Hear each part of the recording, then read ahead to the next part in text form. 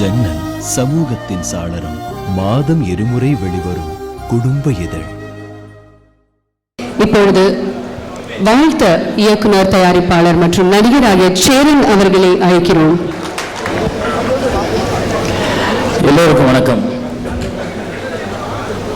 என்னை பொறுத்தவரையில் சரத் சாரும் ராதா ரவி சாரும் நிறைய தப்பு பண்ணிட்டாங்க. இந்த தேர்தலில்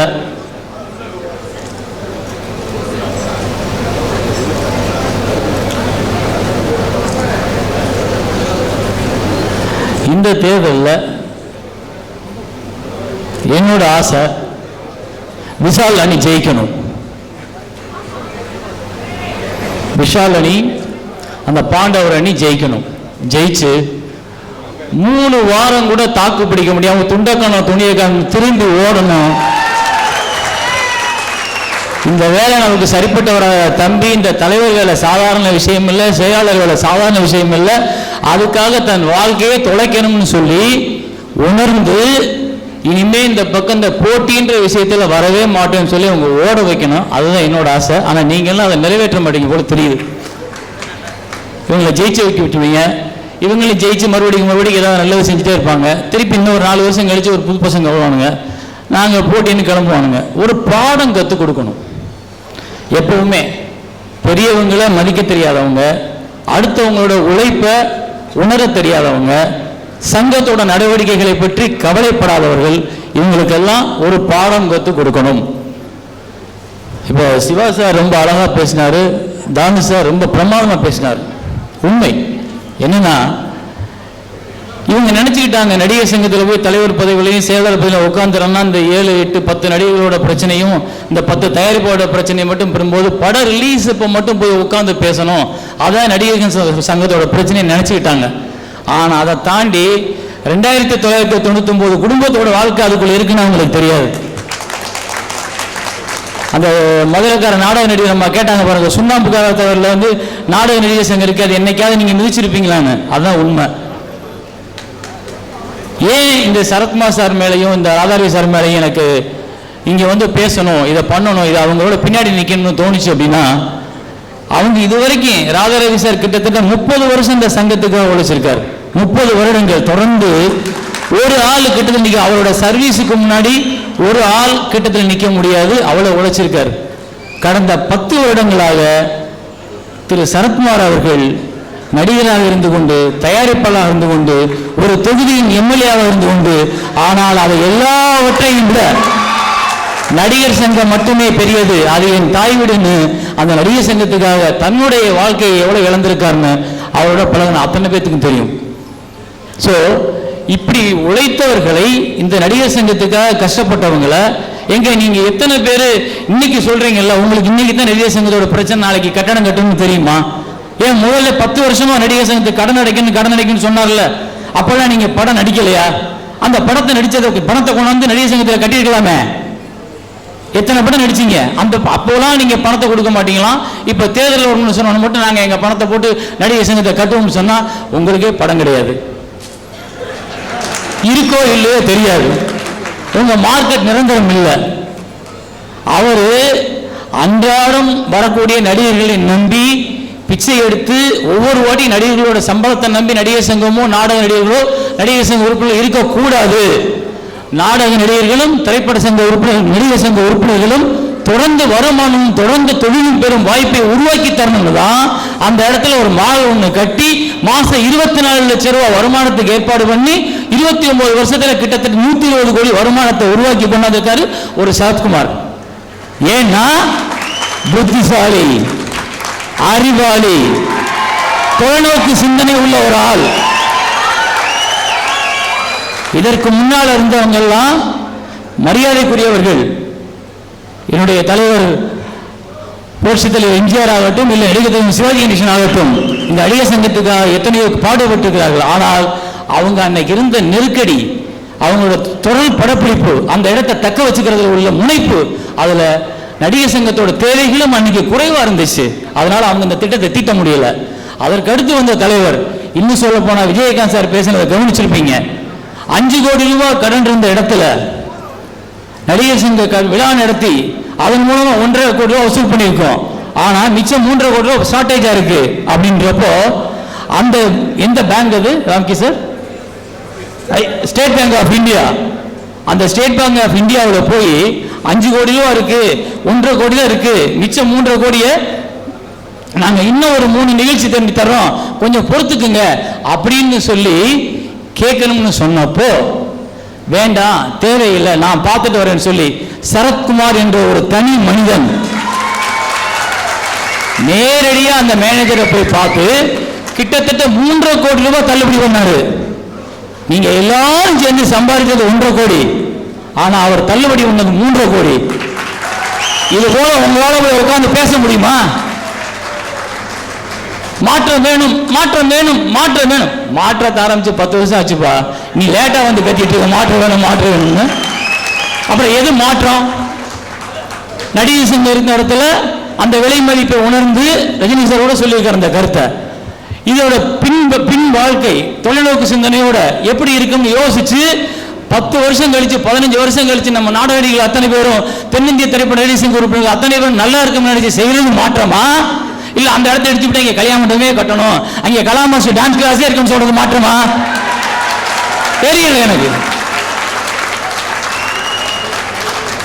நீங்க இந்த வர்ற வழியில அவங்க பார்த்திருப்பாங்க, அவர் அன்புமணி ராமதாஸ் ஒரு போஸ்ட் ஒட்டிப்பார், மாற்றம் ஏமாற்றம்னு. அதை பார்த்த உடனே இவங்க மாற்றம் அந்த ஏமாற்றத்தை சொல்ல விட்டாங்க, 4 கட்சி கிடைக்க போகுது. சோ உங்களோட வாழ்க்கையை நீங்க இப்போ வெறும் இந்த கிளாமரை நம்பி. அப்புறம் ஒருத்தர் இருக்கார், எனக்கு ரொம்ப கோபம், ஒருத்தர் கண்ணாடி போட்டு மீசை வச்சுக்கிட்டு ஒருத்தர் அந்த வீடியோவில் அவங்க வீடியோவில் பேசியிருக்காரு. நாங்கள் நாங்களா பார்த்து ராதாரவியை வெளியே நிலைமையை உருவாக்கிட்டீங்க, அது ரொம்ப இருக்கு, நாங்களா தள்ளிடுவோம் 19 மாவனே நீ யாரா? நீ யாரு? உனக்கான பாரம்பரியம் என்ன? ஒரு நடிகர் எம்ஆர் ராதாவுடைய பாரம்பரியம், அந்த குடும்பத்தில் ஓடுற ஒவ்வொரு ரத்தமும் நடிப்பு நடிப்பு நடிப்புன்னு சொல்லிட்டு செத்த வாழ்ந்த குடும்பம். நீங்க பணம் இருக்குன்றதுக்காக ஒரு படத்தில் நடிச்சுட்டு நீங்க ராதாவை விரட்டீங்களா? யாரு? ரித்தீஷ் முடிக்காதீங்க. அவர் சொல்றாரு ராதாரவி விரட்ட வரான் வெளியில. நான் கேட்க, நீங்க என்ன சிவாஜி பேரனா, தியாகராஜ சொந்தக்காரனா, பி.வி. சின்னப்போட கொள்ளுப்பேரனா, இல்ல புரட்சித்தில் எம்ஜிஆர் வீட்டில் சொத்து பொண்ணு எடுத்திருக்கீங்களா? உங்களுக்கு என்ன உரிமை இருக்கு? நீங்க முதல்ல எப்படி இந்த நடிகர் சங்கத்துக்குள்ள வர்றீங்க? சார் இனிமே 10 படம் நடிச்சா தான் நடிகர் சங்க உறுப்பினர். அந்த 10 படம் நடிக்கணும். 10 படம் வந்துட்டு போக கூடாது, 10 படம் நடிக்கணும். மாவனே அதுல பாதி பேர் காண போயிடும். தம்பி விஷால் தம்பி, கார்த்திக் தம்பி, நீங்க எல்லாம் நல்ல பசங்க, சின்ன பசங்க, துடிப்போடு இருக்கீங்க. முதல்ல நீங்க நடிக்க கத்துக்குங்க, அப்புறம் அந்த தலைவன்ற இடத்தை பிடிக்க கத்துக்கலாம். நான் கேட்கிறேன், நீ அன்னைக்கு என்கிட்ட பொன்வண்ணன் ஃபோன் பண்ணி கொடுக்குறாரு, தம்பி கார்த்திக் பேசுவான்னு சொன்ன. கார்த்திக் சார் சார் இல்லை சார் இந்த மாதிரி இப்போ நடிகர் சங்கத்தை சார் நாங்கள்லாம் நிற்கிறேன் சார், ஆதரவு வேணும் சார். என்ன பிரச்சனை கார்த்திக் உங்களுக்கு? இல்லை சார் இங்கே நிறைய ஊழல் நடந்துருச்சு. என்ன ஊழல் நடந்துச்சு?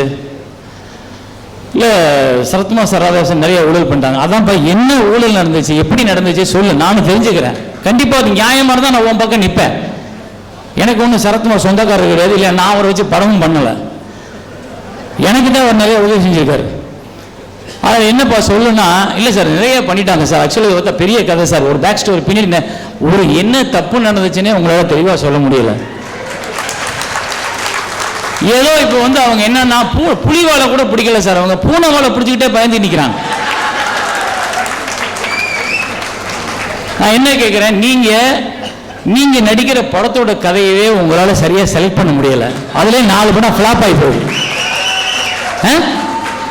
நீங்க எப்படி நடிகர் சங்கத்தோட பிரச்சனைகளை பூரா தலைமையில தூக்கி வச்சுட்டு உட்கார்ந்து ராத்திரி போல பார்த்து இந்த பஞ்சாயத்தெல்லாம் தீர்க்க போறீங்க? உங்களுக்கு பஞ்சாயத்தை தீர்க்கும்போது ஒரு நடிகர் முன்னாடி ஒரு நடிகை முன்னாடி வருவாங்க, நடிகை முன்னாடி வருவாங்க. எங்க பஞ்சாயத்தை தீர்க்கிறது நீங்க? சோ அக்கறை உள்ளவர்களை தாண்டி அனுபவம் உள்ளவர்கள் நமக்கு வேணும்.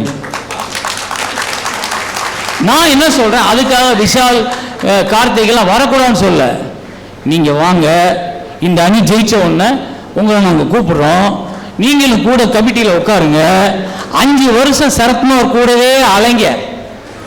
எப்படி செலக்ட் பண்றாரு, எப்படி பஞ்சாயத்து பண்றாரு, எப்படி தீர்க்கிறாரு, எந்த பிரச்சனை எப்படி பேசணும், பானு சார்கிட்ட எப்படி பேசணும், சிவா சார்கிட்ட எப்படி பேசணும், தயாரிப்பாளர் சங்கத்திட்ட எப்படி பேசணும், ஒரு தொழிலாளி கிட்ட எப்படி பேசணும், ஒரு நாடக நடிகர்கிட்ட எப்படி பேசணும்னு கத்துக்குங்க. அதுக்கப்புறம் உங்களுக்கு தலைவர் பதவியை நீ கேட்கவே வேணாம், நானே கொடுக்குறேன், நாங்களே கொடுக்குறோம், எல்லாரும் கொடுப்போம். ஏன் கொடுக்கக்கூடாதுன்னு ஒண்ணுமே கிடையாது, கொடுக்கலாம். ஆனா அதற்கான தகுதியை அவர்கள் வளர்த்து கொண்டு வர வேண்டும். தகுதியே வளர்க்காம திடீர்னு அவர் பேசுற விஷயம் அந்த இதுல அப்படியே பொங்குறாரு, அது அத்தனையும் போய் நடிப்பு. அவர்கிட்ட நிறைய நடிப்பு இருக்குங்க. திரும்பவும் சொல்றேன், தமிழ்நாடு மீண்டும் மீண்டும் மீண்டும் இந்த நடிப்பை நம்பி நம்பி ஏமாறும் கட்டாயத்தில் இல்லை. வந்தீங்களா, நடிச்சீங்களா, சம்பாதிச்சீங்களா, போய்கிட்டே இல்ல. ஏதாவது ஒரு போர்வையை போத்திக்கிட்டு திரும்ப தமிழை இழிச்சவாயை நினைச்சீங்கன்னா நல்லா இருக்காது.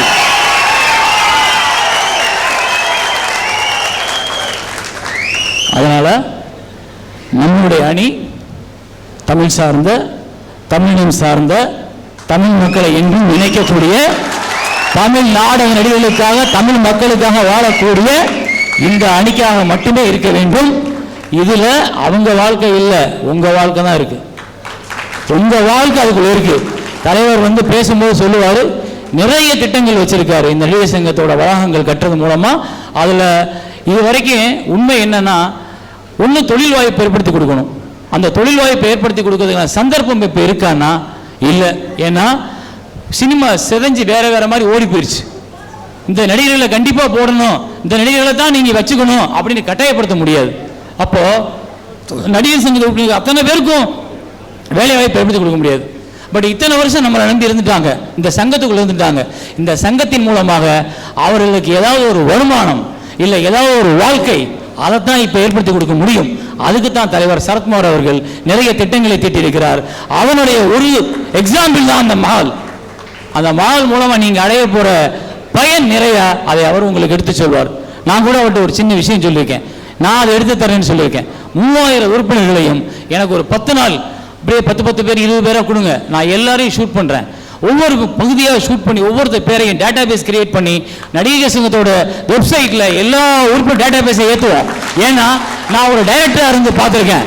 எனக்கு என்னன்னா, எனக்கு தேவையான முகம் கிடைக்காம நான் அலையும் பொழுது நம்ம ஏஜென்ட் பிரகாஷை கூப்பிடு, துரையை கூப்பிடு, அவரை கூப்பிட்டு 10 பேர் வேணும் கூட்டியா, 20 பேர் கூட்டியா. அவங்க என்ன பண்றாங்க, அன்னைக்கு யாரு ஃப்ரீயா இருக்காங்களோ, தேனாம்பேட்டையில் சும்மா நிற்கிறாங்களோ அவங்கள போய் கூட்டு வந்துடுறாங்க. அதுல இருந்து ஒரு 4 பேரை நான் கூட்டு போயிருக்கு. படம் போய் அங்கே போய் நடிக்க போனா அவ்வளவு கஷ்டமா வேண்டியிருக்கு.